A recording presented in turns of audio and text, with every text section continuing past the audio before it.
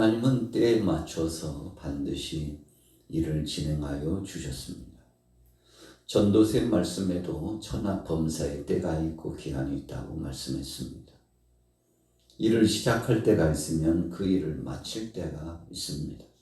잠자리에 누울 때가 있으면 일어날 때가 있습니다.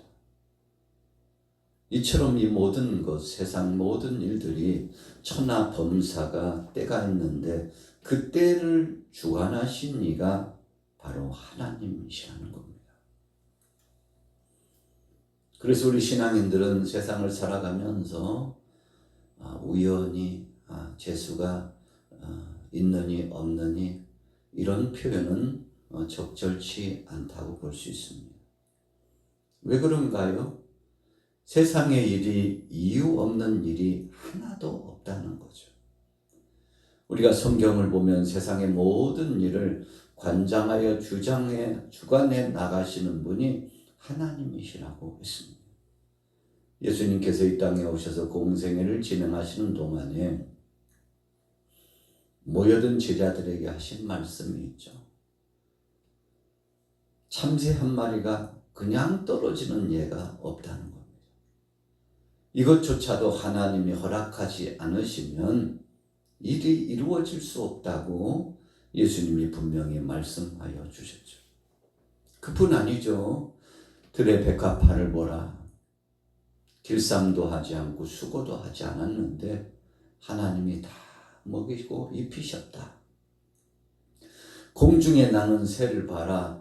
역시 그 새조차도 하나님이 다 관장하시고 주관해 주셨다는 겁니다. 바람이 동쪽에서 혹은 북쪽에서 임으로 부는 것 같지만 그냥 바람이 스스로 부는 일은 없다는 겁니다. 시간에 따라서 하나님께서 계절풍을 불게 해 주신다는 겁니다. 우리가 겨울에는 잘 못 느낍니다. 봄에도 잘 실감하지 못하죠. 그런데 여름에 아주 무더운 그런 기온차와 그리고 바람 한 점 없는 그 시간대 역동적으로 땀을 흘려 일을 하다가 더위에 지치면 그늘이 그립습니다.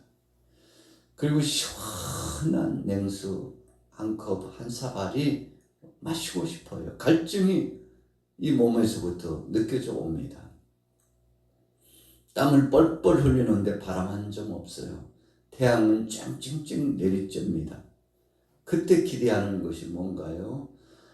시원한 거 좀 마셨으면 좋겠다. 좀 그늘진 곳이 있으면 거기서 쉬었으면 좋겠다. 이럴 때 시원한 솔솔바람이라도 좀 불어쳤으면 좋겠다. 여러분 들녘에서 일을 하다가 혹은 등산을 하다가 어디서부터 불어왔는지 바람이 샥 하고 스쳐 지나가면 에어컨이 따로 필요가 없죠. 우리가 한여름에 그늘에 앉아 있는데 그늘 가지고는 이 더위를 식힐 수 없어요. 바람이 불어야 돼요.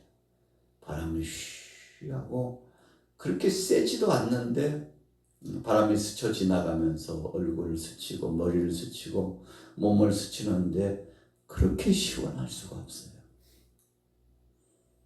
에어컨 바람이 부럽지 않다 그렇잖아요. 시원한 바람이 불어가요. 여러분 그런데 이런 바람조차도 하늘에서 내리쬐는 태양조차도 뜨거운 이 공기조차도 우리가 살아가고 있는 지금 이 시간 2026년도 오늘 5월 10일 이 새벽 아침에 5시 15분에 오늘 여러분들이 이 자리에 혹은 가정에서 오늘 함께하는 기도처에서 주님 앞에 영광 누리는 이 시간 다시는 돌아오지 않지만 지금 시계가 차각 여러분 시간차가 느껴지죠. 그런데 이 시간조차도 우리가 살아있다는 사실조차 숨을 쉬고서 지금 이 자리에 함께하고 있다는 것 자체가 하나님이 해 주셨다는 겁니다. 오늘 에스겔 선지자가 나라가 참 국군이 기울어 가지고 외국에서 이국 땅 바벨론에서 포로 돼가지고 참 마음 아프죠. 쓰디쓴 아픔을 경험하면서 민족이 고통을 겪고 있어요. 이국 땅에 끌려가가지고 이것은 노예인지 일상을 살아가는지 모를 만큼 참 고통스러운 삶을 살아갑니다. 제한적인 자유의 분위기예요. 내 마음대로 내 뜻대로 내 나라에서 살던 만큼 그렇게 할 수 없어요. 이미 이국 땅에 포로로 잡혀와가지고 사는데 이것은 살아도 사는 게 아닙니다. 우리나라도 일제강점기를 지냈었는데요. 어떤 나라의 지배를 받는다는 것은 참 서럽고 마음 아픈 겁니다. 우리 한반도 역사 가운데 우리가 역사적으로 보면 우리나라의 역사를 거슬러 올라가 보면 외국의 침탈함을 당해가지고 짓밟힘을 당한 예가 굉장히 많습니다. 그래서 많은 사람들이 끌려갔어요. 젊은이도 끌려가고 아이들도 끌려가고 좀 읽게나 할 수 있는 사람들, 기묘하게 쓸 수 있는 사람들은 다 끌고 갔죠. 여러분, 사람들이 이 조국을 고향을 떠나면서 뒤를 돌아보면서 여러분 이 압록강을 건너면서 그리고 저 북쪽 백두산 인근 근동에 이제 이 한반도를 넘어서 중국으로 끌려가면서 사람들이 자꾸 뒤를 돌아봤어요. 여러분, 역사적인 드라마에 참 생생하게 나타나잖아요. 이제 가면 언제 오나, 다시는 오지 못할 것 같은 안타까움에 뒤를 돌아봤죠. 여러분, 이런 시간표조차도 다 하나님의 역사를 주관하셨다는 겁니다. 그래서 기쁘면 기쁜 일, 마음 아프면 아픈 일, 이 모든 것들이 주마등처럼 쫙 지나가는데, 영화의 스크린처럼 쫙 지나가는데 예산 일이 아니에요. 여러분, 우리가 하루하루를 살아가면서 어떤 때는 그런 생각이 들잖아요. 꼭 이런 일이 옛날에도 있었던 것 같다 라고 스쳐 지나갈 때가 있습니다. 그래서 우리 자신들이 깜짝 놀랄 때가 있습니다. 뭔가 기억나는 것이 있는 것 같은데, 수년 전에 이것을 경험한 것 같은데, 저는요 가끔 어쩌다가 그런 경험이 있더라고요. 여러분들은 그런 경험이 있는지 모르겠는데 꼭 있었던 일만 같은 그런 기억이 스쳐 지나갈 때가 있습니다. 여러분, 그렇다 할지라도 이 모든 것조차도 하나님이 주관하신다는 거죠. 오늘 에스겔 선지자가 이국 땅에 끌려가서 이런저런 일을 당하면서 진행해 나가는데 오늘 하나님께서 그래도 에스겔 선지자에게 힘을 실어줘요. 자, 그 대목이 12절입니다. 때에 주의 영이 나를 들어 올리시는데 내가 내 뒤에서 크게 울리는 소리를 들으니 찬송할지어다. 여호와의 영광이 그의 젖으로부터 나오는도다 하니. 자, 신비한 은혜 체험을 지금 하고 있습니다. 요한 사도도 밤모섬에서 이와 같은 환상을 보고 놀라운 것을 체험했습니다. 오늘 에스겔 선지자도 엄청난 환상을 보면서 참 놀라운 것을 경험하는데, 중요한 것은 하나님께서 에스겔 선지자에게 중요한 명령을, 숙제를 주셨다는 겁니다. 그것은 바로 오늘 16절 이후에 나타나고 있는 하나님께서 에스겔 선지자에게 성령을 충만케 하시고 그를 깨우치고 그에게 영음을 들려주신 것은 무지하고 불순종하고 거스리고 악한 일을 밥 먹듯이 하고 죄를 짓고도 죄인 줄도 모르는 이런 사람들을 향하여 나가서 내가 네게 말씀을 줄 터니 네가 먹은 그 말씀을 나가서 선포하라는 것입니다. 여러분, 오늘 3장 2절에 보세요. 내가 입을 벌리니 그가 그 두루마리를 내게 먹이시며. 이 두루마리를 먹이시며 하나님 말씀이거든요. 쫙 펴면 말씀이 전부. 근데 그걸 통째로 하나님이 먹이시는 겁니다. 야, 먹어라, 먹어라. 베드로가 집에 있는데 환상이 보여요. 보자기가 내려오는데 레위기에서 말씀 11장에 나타나는 그 말씀이 가증한 짐승들이 거기에 다 담겨져 있어요. 하나님께서 사랑하는 택한 백성들에게 먹어야 될 것과 먹어서는 안 될 것을 구분해 주셨거든요. 대부분 굽이 갈라져야 되는데 갈라지지 않는 것, 되새김질을 해야 되는데 되새김질을 하지 않는 것 등등 하나님께서 먹어야 될 것과 먹어서는 안 될 것을 구분해 주셨어요. 가증하고 더러운 것은 먹어서는 안 됐습니다. 택한 백성들은 거룩해야 되고 구별된 삶을 살아야 됐습니다. 그래서 먹는 것조차도 하나님께서 구별해 주셨죠. 베드로가 환상 중에 보자기를 열어보니까 온갖 더럽고 가증한 것, 먹어서는 안 될 것이 거기에 담겨져 있네. 보는 순간 기겁을 했겠죠. 이 더러운 것이 왜 보이나? 더러운 것을 왜 내게 보여주나? 보자기를 푸는 것이 후회가 돼요. 그런데 그때 하나님의 음성이 들려와서 베드로야, 그거 먹어라. 가증하고 더러운 것을 먹으라고 하나님이 말씀하시는데 아마 소스라치게 놀랐죠. 그래서 생각해 보니까 이건 먹어서는 안 될 거요. 하나님께 항변하죠. 하나님 말씀에 이것은 먹어서는 안 될 것으로 이미 말씀을 주셨사온데 먹으라니요. 당치 않습니다. 그랬더니 주님이 다시 한번 말씀을 합니다. 그러니까 네 말이 틀린 건 아니지. 그런데 베드로야, 네가 보는 그 가증한 것을 내가 다 깨끗이 내가 깨끗하게 했으니 이제는 먹어도 된다. 베드로가 이 놀라운 환상을 보고 얼마나 놀랐는지 놀란 가슴을 안고 있는데 밖에서 소리가 들려요. 여러분, 그 이야기는 멀리 이방인 고넬료의 집에서 사람을 보내가지고 우리 집에 오셔서 저와 우리 함께한 식구들에게 좀 말씀을 전해주면 안 되겠냐고, 우리 집에 좀 신방을 와주시면 안 되겠냐고.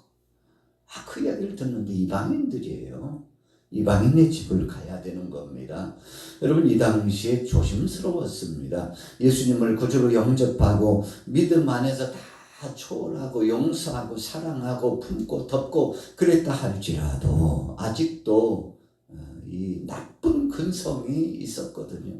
유대교주의적인 나쁜 근성, 율법주의적인 나쁜 근성이 있었거든요. 예수 그리스도 안에서 다 해방되고 자유자가 되고 이제는 변화를 경험하는 시대의 전환적인 변화가 시작되었으나 아직은 아니라고 생각한 사람들이 많았어요. 그 중에 장본인 베드로는 더했으면 더했지 덜하지는 않았다 이겁니다. 오죽했으면 바울이 어느 날 이렇게 보니까 베드로가 이방인들과 함께 있다가 저 유대인 형제들이 오니까 기겁을 하고 그 자리를 떠나 피하는 것을 보았어요. 베드로 왜 그러는 거야? 이방인들하고 잘 있다가 왜 슬금슬금 뒷걸음질 치면서 그 자리를 도망가는 거야? 알고 보니까 유대인 형제들에게 저 양반은 왜 이방인들하고 같이 있냐고 책 잡히기 싫어가지고, 그러니까 이중적인 신앙생활을 한 겁니다. 베드로가 그렇게 신앙생활을 했다 이겁니다. 참 바울이 봐도 이건 안타까운 일이에요. 그래서는 안 될 것이죠. 여러분, 그래서 그랬을까요? 하나님께서 베드로에게 보자기 환상을 보여주셨다니. 그래서 베드로가 나가서 그 길로 고넬료의 집에 가서 하나님의 말씀을 전하고 그들이 주님을 영접하고 성령을 체험하고 은혜를 받는 것을 보고 너무 자기도 놀래가지고 그 그 길로 예루살렘 교회 가가지고 여러분들 이런 일이 있었다고 하나님께서 이방인들에게도 성령을 주시고 하나님께서 이방인들에게도 변화를 경험하도록 해주시더라고. 얼마나 놀랐을까요?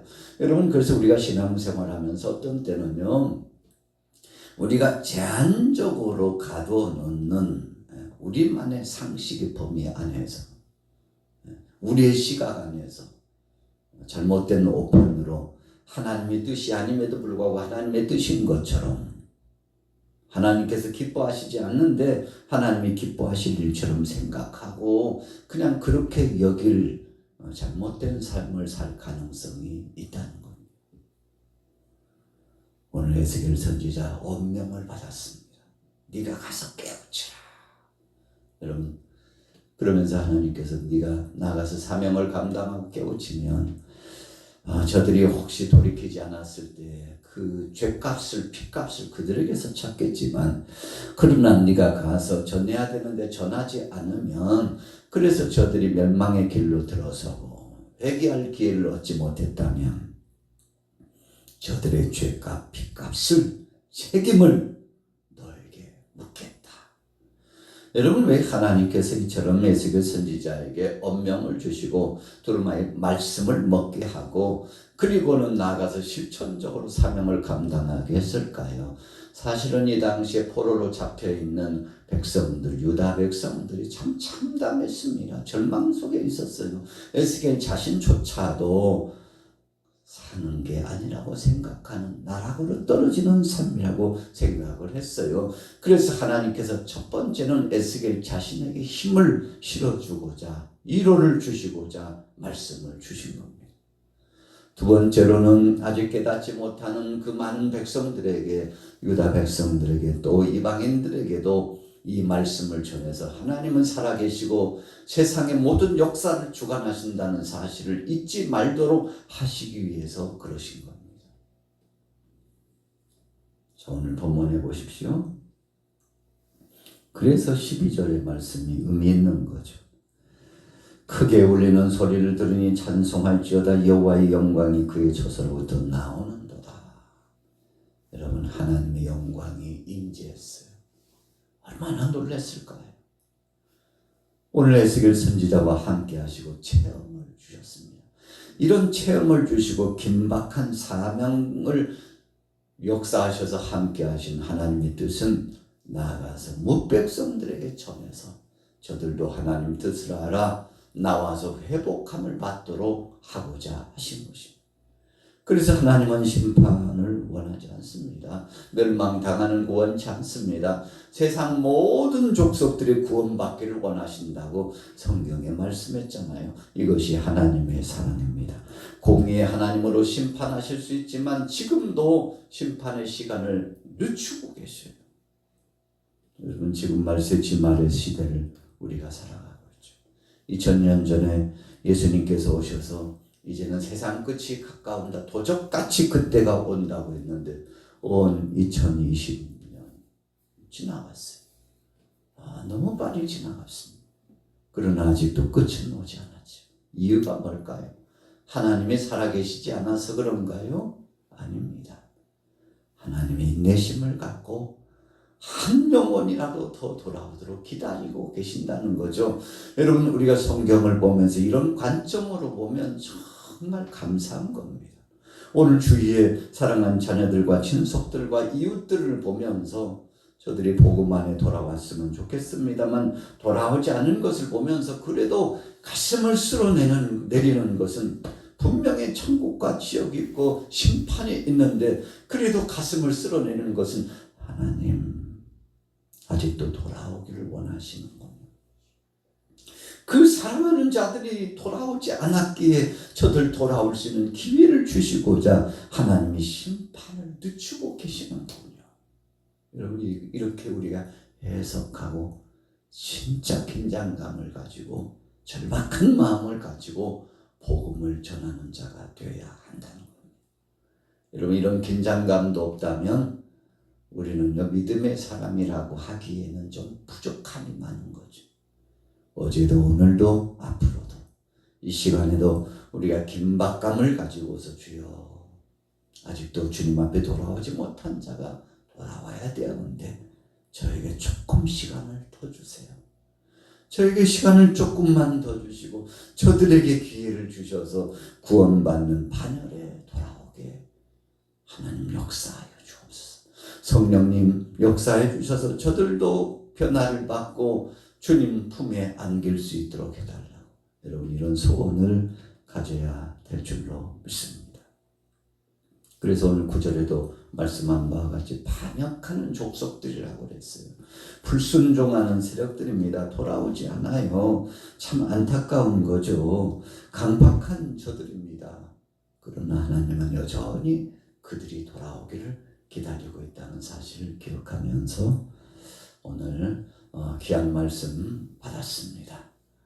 여러분 한 영혼이 천하보다도 귀하다는 사실 알고 오늘 이 사명 잘 감당하고 주님 언제 오실지 혹밤에 혹낮에 오시더라도 새벽에 오시더라도 오늘 주님을 만날 수 있는 맞이할 수 있는 깨어있는 믿음의 귀한 자녀 되시길 예수님의 이름으로 축원합니다.